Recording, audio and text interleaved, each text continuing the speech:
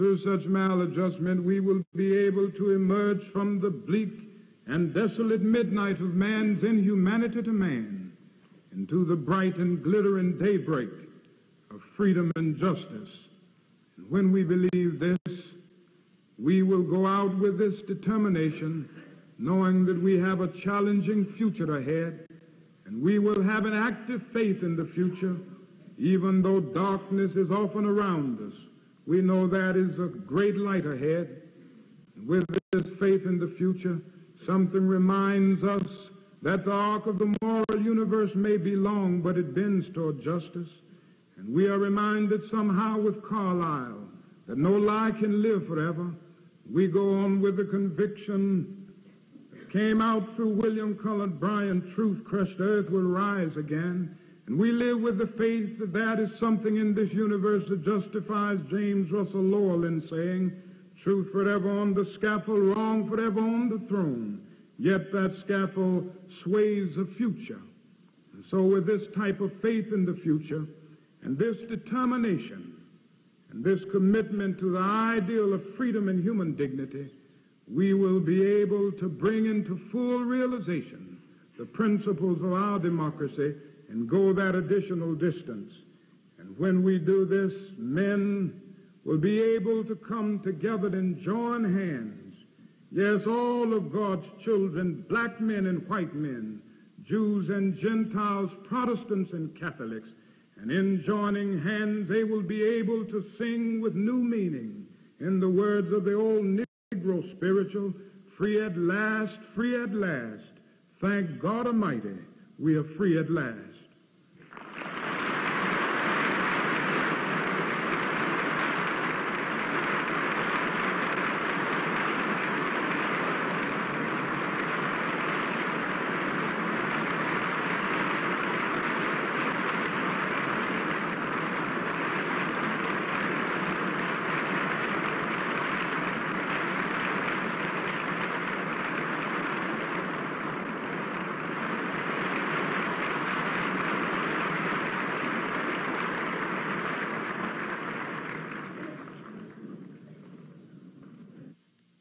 You are listening to Community Forum, a public affairs presentation of this station in cooperation with the Community Forum Committee of Temple Emmanuel in Worcester. You have just heard an address by Dr. Martin Luther King delivered last evening, coming to you on WTAG Worcester. Following the address, the audience was permitted to ask Dr. King questions. I have a question, and I shall read it out, and we will let Dr. King answer this until the other questions come forward. In the last instance, is the problem of the Negro a problem of a minority which is going to affect the white man in the same way in the newly created states in Africa? Also, how do you and other Negro leaders look at the Muslim movement?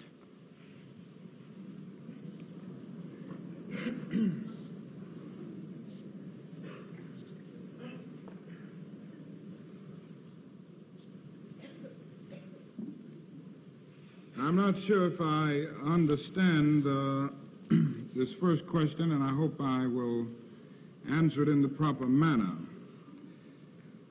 In the last instance, it's a problem of Negro, not a problem of a minority which is going to affect the white man in the same way in the newly created states in Africa. It seems to me that this question is getting at the question of whether the Negro will seek to rise from a position of disadvantage to one of advantage, thus subverting justice. I would answer this question by saying that I don't think this has to be. It can be, but I don't think it has to be. And I don't think it will be if the proper attitudes are taken on the part of leaders of new emerging nations in Africa. I have met and talked with many of the leaders, I should say, of Africa in my travels through Africa, and I find an amazing degree of understanding, and we must not equate African nationalism with a new form of black supremacy. The African people, through their leaders, are merely seeking freedom and human dignity. And it has been my experience to find in Africa that white people are treated with dignity and worth as long as they are willing to move away from the old feeling of paternalism and the old system of domination. So that I don't think there will be a move from this position of advantage to that of, one from disadvantage to a position of advantage, thus running over and substituting one tyranny for another. Now, the Muslim movement. I would say that on the whole, Negro leaders have taken a stand against the basic philosophy of this movement. If this movement preaches black supremacy, then Negro leaders have certainly taken a stand against this, because black supremacy is as dangerous as white supremacy. If in any way it creates the atmosphere for violence or preaches violence, this has been condemned by Negro leaders over the country. So that I would say that there is a disagreement with the basic philosophy of this group. On the other hand, while we condemn the Muslims, we must realize that it is a group which is symptomatic of the discontent and the unrest of Negro people in general and minority groups over the nation, and that it somehow the thing that we must do, while on the one hand condemning the philosophy, is to work with determination to remove those conditions that give rise to such a group, and those conditions that they would thrive on. So that my answer to this question is always that I disagree with the basic philosophy of the Muslims, and I think that while we disagree with the philosophy, it gives us a challenge to work with new vigor and new determination to remove those conditions that give rise, rather, to such a group. And that would be my answer to that. There are lots and lots of questions, Dr. King. Perhaps this ought to come next. What do you think of the failure of President Kennedy to introduce any civil rights legislation so far, or to make any significant executive edicts in this field to date? I would simply say that I hope Senator Kennedy will do more as time goes on. President Kennedy now, excuse me. Will do more as time goes on to make civil rights a reality. Now, I'm willing to wait a few more days, not many more, but a few more days to see what he's going to do.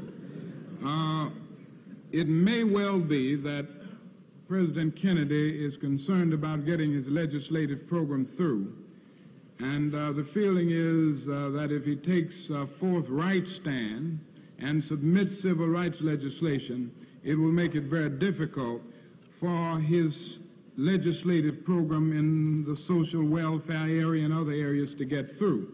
So it may be that he's waiting in order to get these other proposals through the Senate and the House before offering civil rights legislation. This may also account for is not going too far in the area of executive orders. Now, I did mention one which I thought was a very significant step, and that is in the area of employment. This was done just last week, so that he has made some move in the area of civil rights, and let us hope that he will make even more and certainly take a more forthright stand. There are several questions here concerning Dick Gregory, a comedian who treats segregation, sit-ins, etc., in a sophisticated and humorous way. Would you comment on the effect that his type of comedy has on the Negro, the white Southerner, the white Northerner? I'm sorry that I must admit my ignorance. Someone had mentioned the same person to me today, And I do not know Mr. Gregor. I've never heard him. And I don't know the type of humor he's engaging in, so I'm not able to give an intelligent answer to that question. I didn't read the article. Somebody mentioned that there was an article in Time magazine. So I'll have to go back and look that article up. And then they mentioned that he's on a late television program some nights. And I guess I'm doing something else at that hour rather than looking at, I think it's the Jack Paar program. So I haven't seen Mr. Gregory, and I don't know exactly what to say other than that sometimes humor can serve a good purpose in this area. I think in a different way, Harry Golden has done something of this, and maybe we can laugh ourselves into reality sometime. I found a number of questions that asked what can be done about segregation in housing in the North. Well, as I said earlier, I'm convinced that the federal government as well as state governments can do a great deal to grapple with the problem of housing discrimination.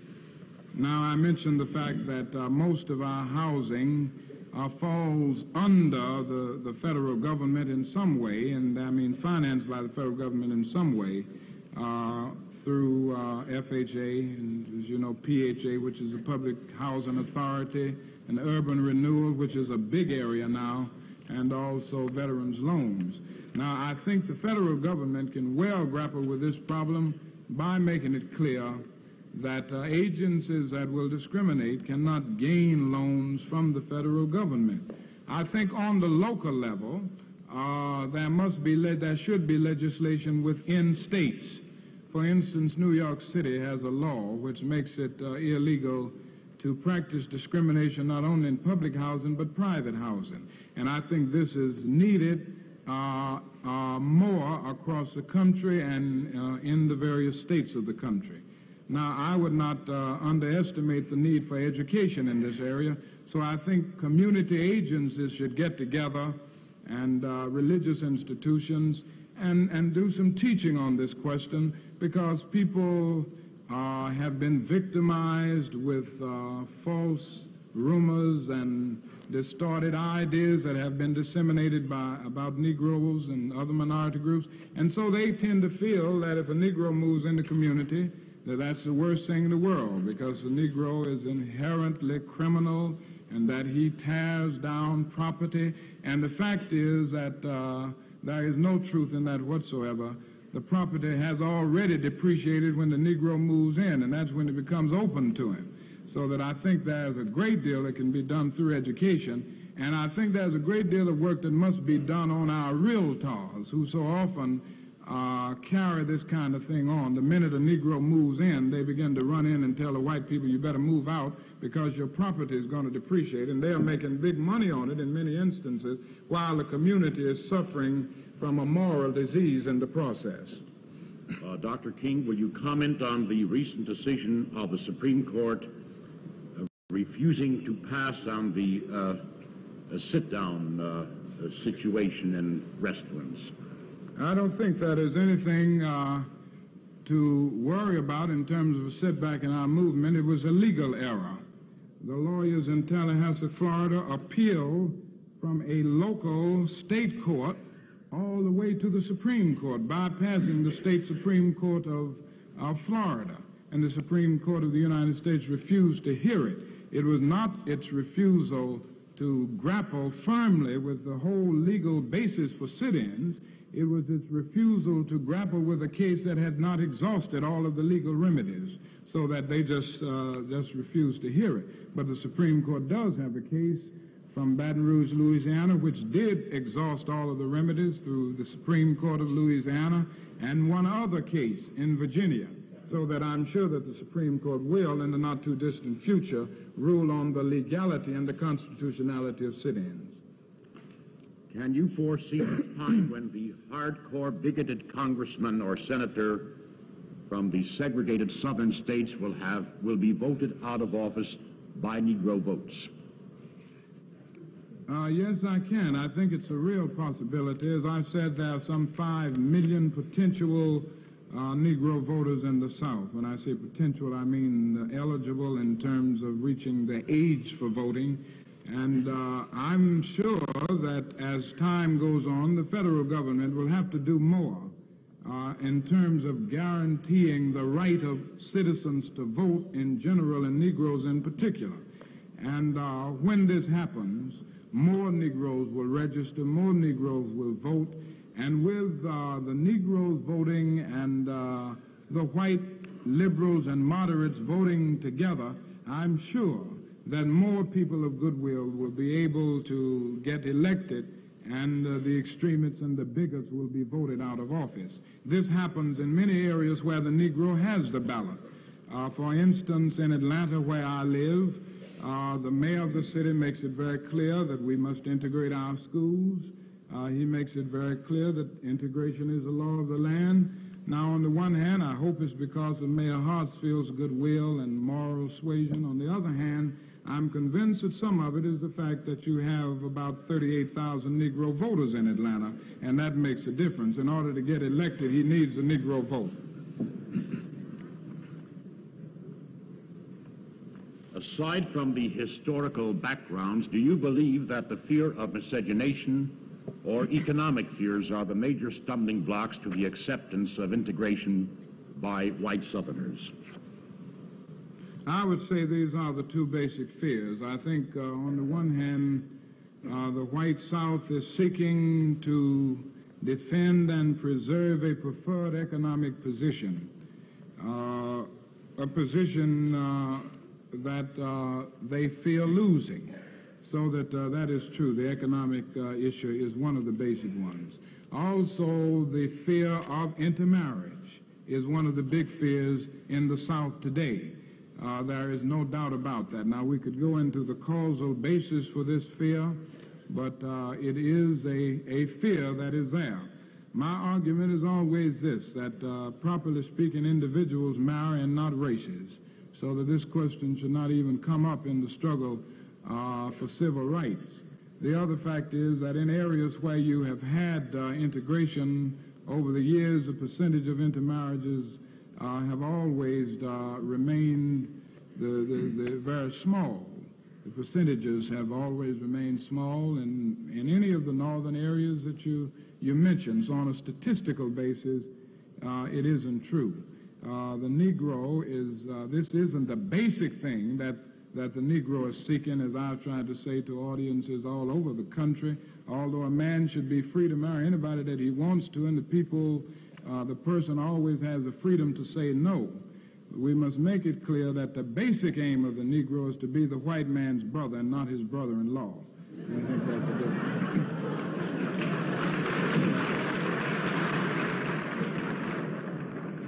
There are several questions here that ask how the present situation in Africa affects the problem in the United States. What do you believe will be the outcome of the African problem, and what effect, if any, will it have upon the racial problem in the United States? There are half a dozen questions that concern themselves with this particular situation, although the wording is somewhat different in each question. Well, I think as we look over the developments in Africa, we see something very significant. As Prime Minister Macmillan said some weeks ago, the wind of change is blowing all over Africa. 25 years ago, there were only 3 independent countries in the whole of Africa. When I attended the independence celebration of Ghana back in '57, there were only 7 independent nations in Africa. And now there are 26 independent nations in Africa within that short period.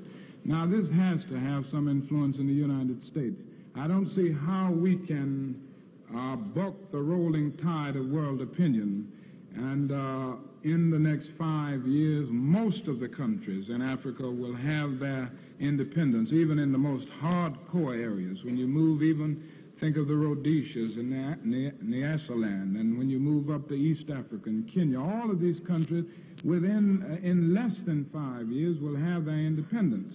Now, if we are to maintain the respect of these emerging nations in Africa, there is no doubt about the fact that we must do away with discrimination on the basis of race and color, and as long as we have it, we will have the communists using this as a convenient tool and as a convenient propaganda technique, and they are using it well.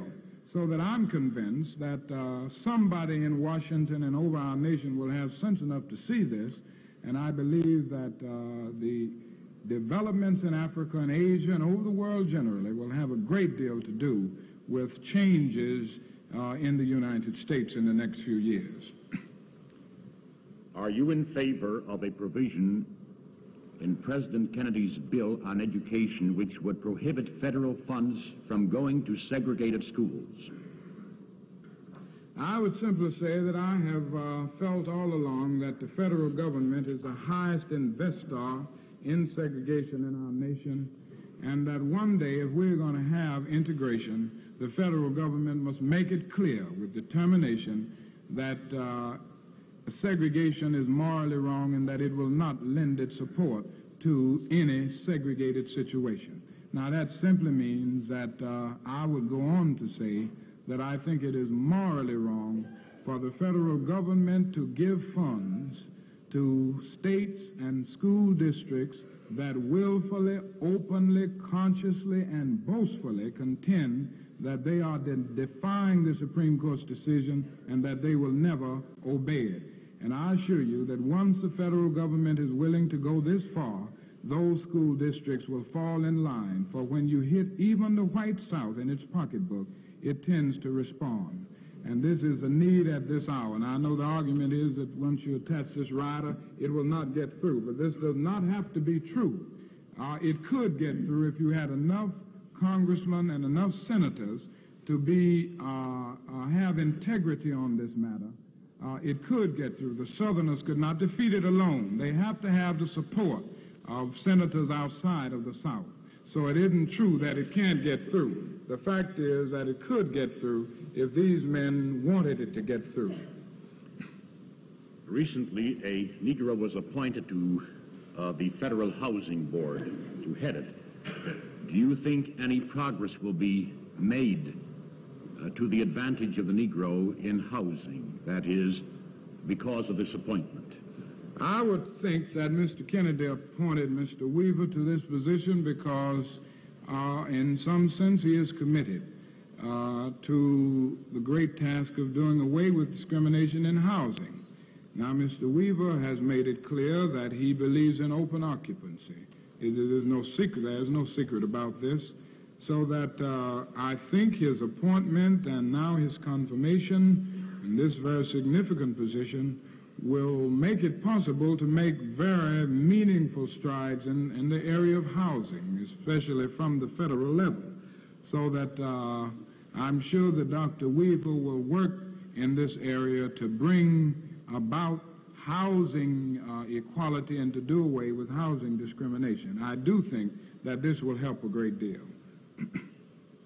This is a little bit of past history. That is the question refers to the Eisenhower administration. Could President Eisenhower have used his executive powers during the Little Rock incident, outlawing segregation?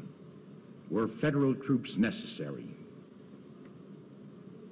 I think it was very unfortunate that federal troops had to walk the corridors of Central High School in Little Rock, Arkansas. I think, however, it was even more unfortunate that the governor of Arkansas, through his irresponsible actions, left the President of the United States with no other alternative. I would also go on to say, however, that the President of the United States, while a man of genuine goodwill, I'm sure Mr. Eisenhower was sincere on this issue, but I'm convinced that if he had taken a strong and a more forthright stand earlier, even beginning with 1954 when the decision was rendered, many of the tensions which we face in the South today would be non-existent and truth would not have been necessary in Little Rock, Arkansas. The fact is that Mr. Eisenhower failed to give the leadership that the problem demanded. What stand do the editors of newspapers in the South take on segregation? Have they made any contribution towards integration? This is mixed. In some cases, some very few cases, you find editors in the South standing up for integration. This is a very rare thing, but we do find it in some cases, so that you have a few liberal newspapers in the South. In Atlanta, for instance, I can speak of Atlanta because I live there, the Atlanta Constitution and Mr. Ralph McGill have very liberal editorial policy. Mr. McGill writes with determination, he writes with courage, and he has almost become a crusader for integration. There are other cases like this, but I must admit that they are in the minority.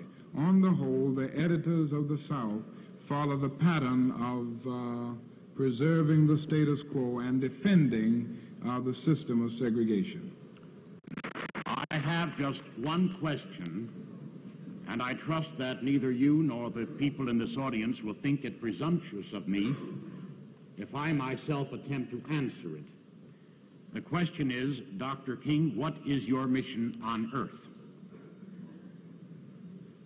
I didn't want Dr. King to attempt answering this question. As a matter of fact, he's been giving his answer throughout the evening.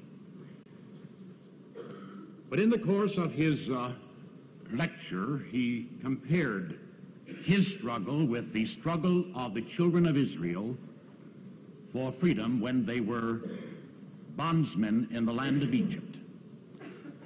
The Bible tells us that the Israelites lived under conditions of bondage in Egypt for 430 years, and did so for this many years because they had no leader. They had to wait 430 years until a Moses came to them and led them out of their darkness of slavery into the new light of freedom. I think that the situation with the Negro people in this country is analogous to what happened to the Israelites in Egypt. They too have had to wait for a leader. And I think all of us will agree that they have found this leader in Dr. Martin Luther King.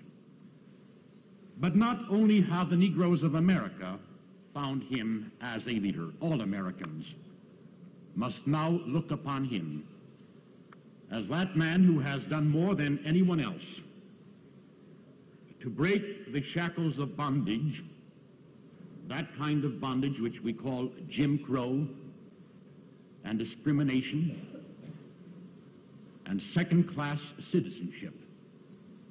And we all of us pray to the Almighty that with his wisdom and his eloquence and his courage and bravery and his leadership skill, that we shall soon usher in a day in this nation when there will be only one class of citizenship, when there will be only one justice, one righteousness, one law for Negro and white, for Christian and Jew, for every citizen of this land. I believe I am correct in stating that this is Dr. King's mission, as indeed it should be the mission of every one of us. May I, in behalf of this great congregation that came to hear you, Dr. King, express our very deep thanks to you for the real message of inspiration and hope that you brought to us this evening. Thank you very much. And God bless you.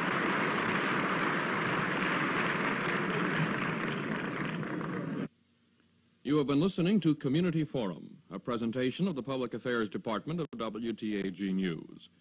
This was the third in a series of community forums presented at Temple Emmanuel in Worcester. The speaker last evening was Dr. Martin Luther King, prominent advocate of integration and equal human rights. Your comment on these broadcasts is solicited. The forums are open to the public. The next in this series will be held on Sunday evening, April 30th at 8 p.m., and will feature Mr. Martin Agronsky, noted radio and TV news commentator.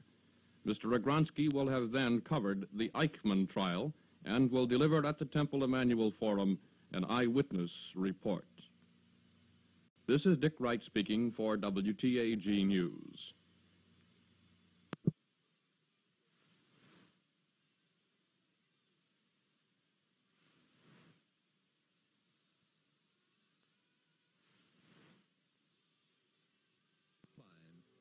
Temple Emmanuel in Worcester.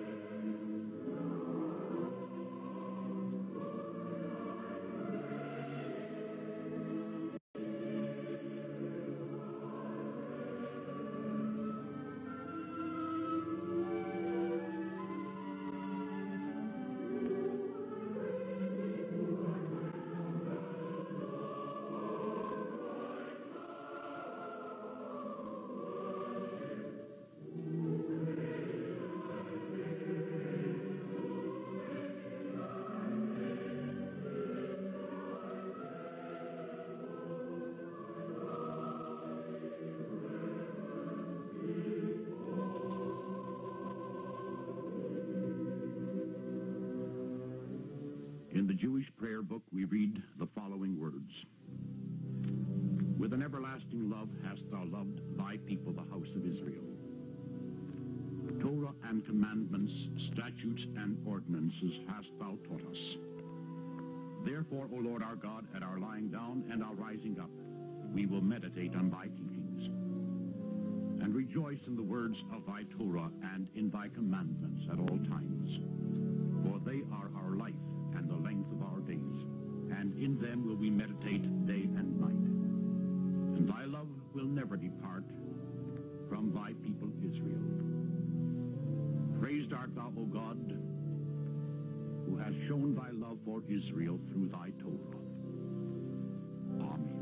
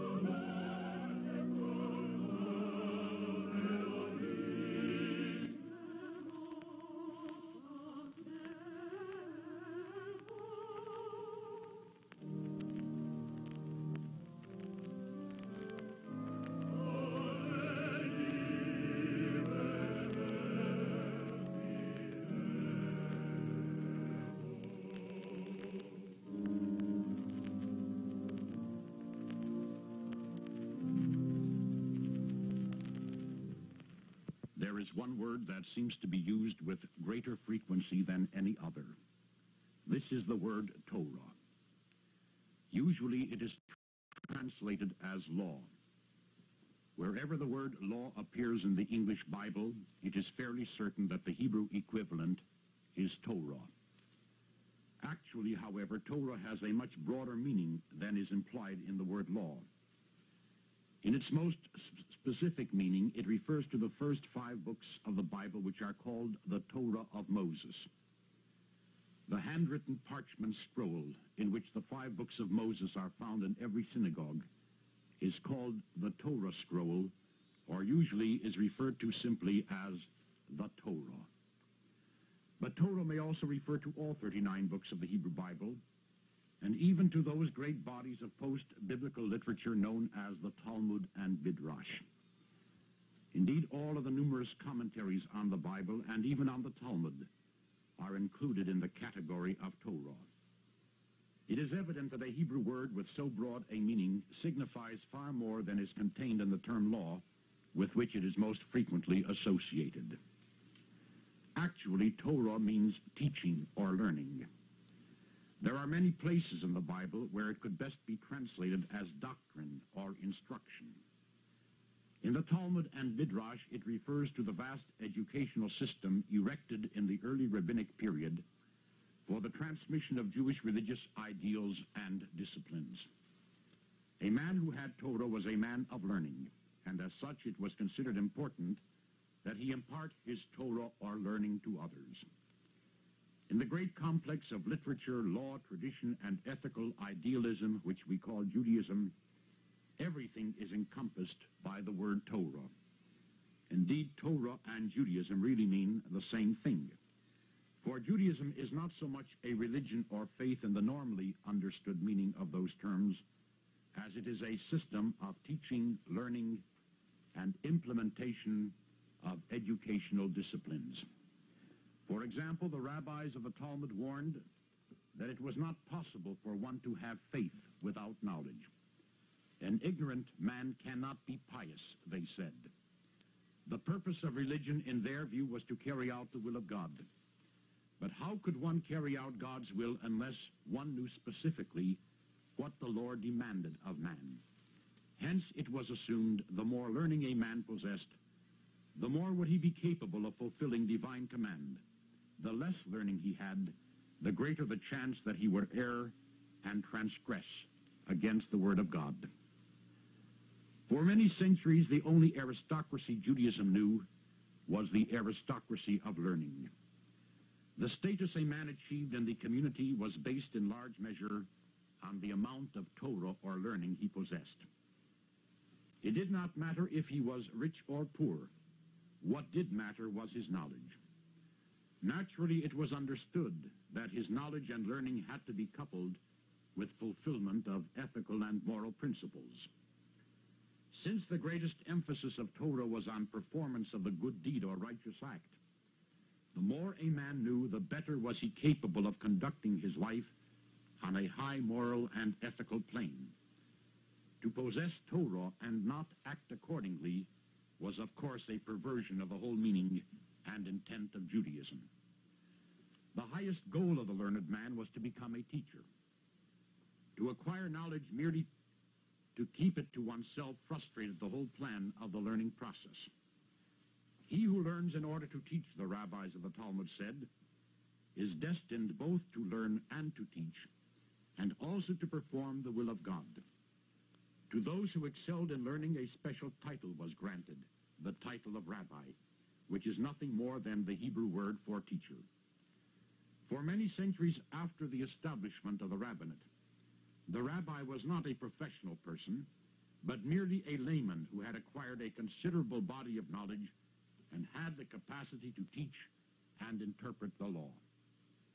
Some rabbis were blacksmiths, others were carpenters or engaged in other crafts. Still others were farmers.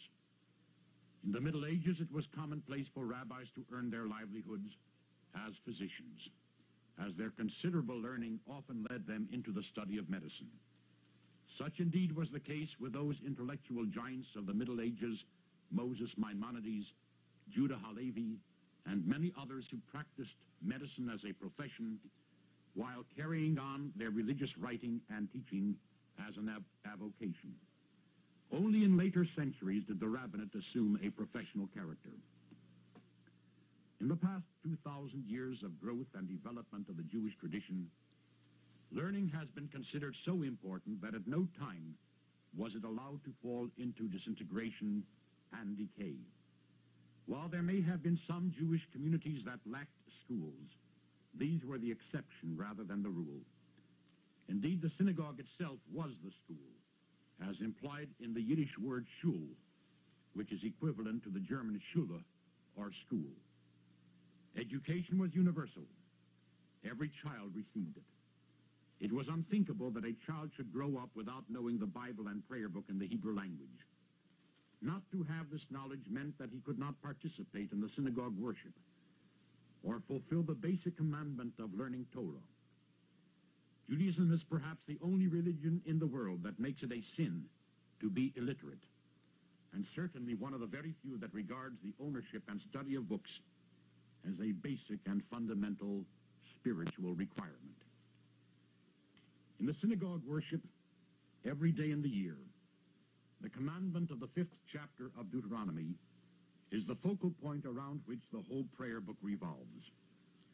And these words which I command thee this day, meaning the words of the Torah, shall be upon thy heart, and thou shalt teach them diligently to thy children, and speak of them when thou sittest in thy house, when thou walkest by the way, when thou liest down, and when thou risest up. What this biblical command enjoins specifically upon every Jew is that he allow no time of the day to go by without concerning himself with the teachings of the Torah, and even more important, that he teach the Torah diligently to his children. This is the basic character of the Jewish tradition, and explains perhaps better than anything else how it was possible for Jews to live through the tragedies, the political upheavals, the expulsions from land to land, the misfortunes and persecutions of the past 2,000 years. It was Torah, and the continuing transmission of Torah and all that it implies in terms of hope and faith, in terms of the search for knowledge and truth, and the exercising of a powerful spiritual discipline, which to every Jew represented the revealed Word of God. Among the hundreds of teachings in the Talmudic and Midrashic literature which extol the concept of Torah, there is one that is especially poetic, that is based on the words from the book of Isaiah, "O everyone that thirsteth, come to the waters." The rabbi who commented on this verse asked, "How may the Torah be compared to water?" He answers by stating the following: "Just as water extends from one end of the earth to the other, so does Torah. As water is an eternally living aspect of the world, so is Torah. As water descends from heaven, so did the Torah descend from on high. As the fall of the rainwater is accompanied by claps of thunder, so was the Torah given at Mount Sinai, amid the sound of thunder. As water can restore a man's life, so does Torah refresh the life of an individual. As water purifies one from his defilement, so does Torah cleanse a man of his moral and spiritual impurities and imperfections. As water descends drop by drop and ultimately is formed into numerous streams and rivers, so with a man's acquisition of Torah. He learns 2 teachings today and another 2 tomorrow, so that ultimately his knowledge grows like a roaring river. As water flows down always from a high place to a lower place, so does Torah begin with one whose knowledge is lofty, and ultimately it finds its way into the mind of one whose knowledge is on a lower plane. As water cannot be kept fresh in vessels of gold or silver, but only in vessels of common clay, so is it impossible to establish Torah in the heart of any man, except one who humbles himself as though he were an ordinary clay vessel. As in the case of water, the great man is not ashamed to say to the little man, give me to drink. So with the words of Torah, the great scholar is never ashamed to say to the man of little learning, teach me one chapter, one verse, one word, or even one letter. And just as in the case of water, one who does not know how to swim in it is drowned, so with the words of Torah, one who does not know how to swim in it eventually is drowned by his ignorance and by his incapacity for living a just and righteous life. The Bible itself defines Torah with the words, it is our life and the length of our days. To anyone who has familiarity with the turbulent and often cataclysmic events of Jewish history, this biblical definition takes on rich and significant meaning. For there can be no reading of Jewish history with real comprehension unless one bears in mind constantly that the survival of the people of Israel over the past 3,500 years can be attributed only to the tenacious clinging of that people to its great and eternal spiritual legacy, the learning and teaching of Torah.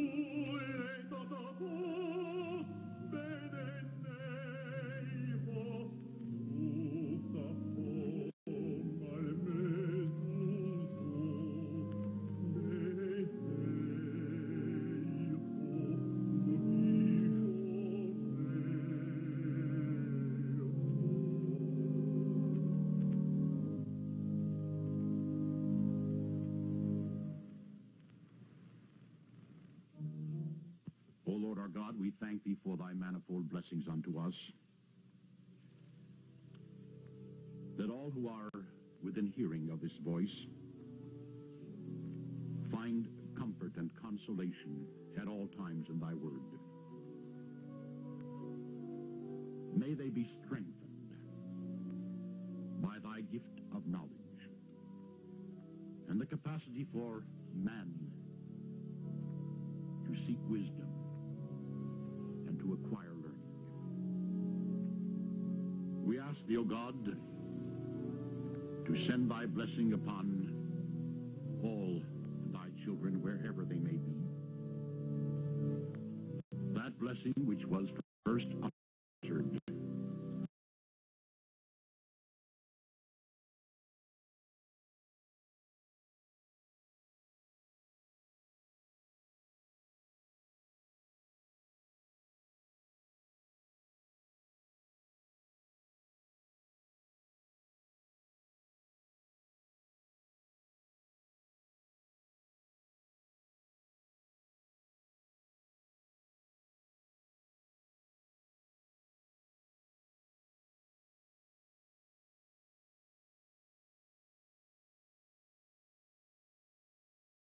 uttered by Aaron the priest. May the Lord bless thee and keep thee. May the Lord cause his countenance to shine upon thee and be gracious unto thee.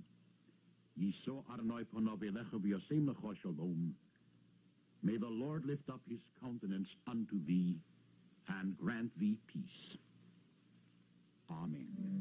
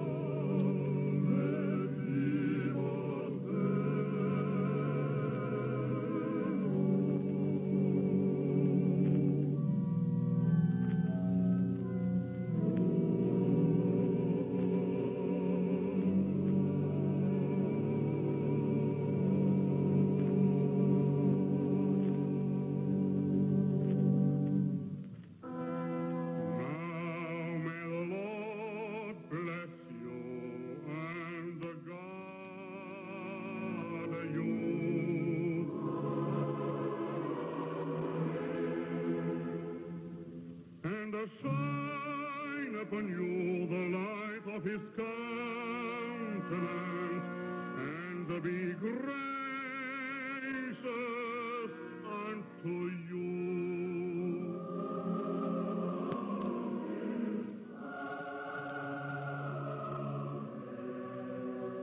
And lift up to you his face and give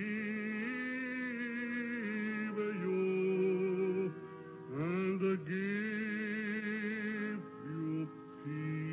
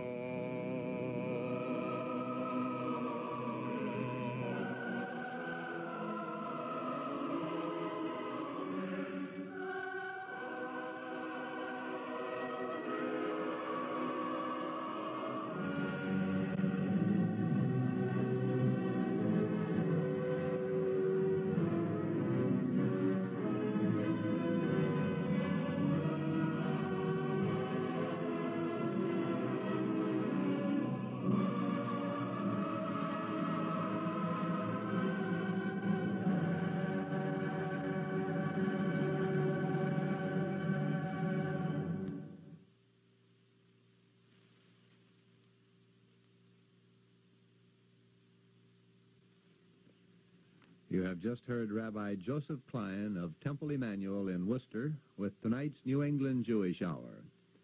The program was presented under the auspices of the New England Region Central Conference of American Rabbis. Next week's New England Jewish Hour will be presented by the New England Region of the Rabbinical Assembly of America.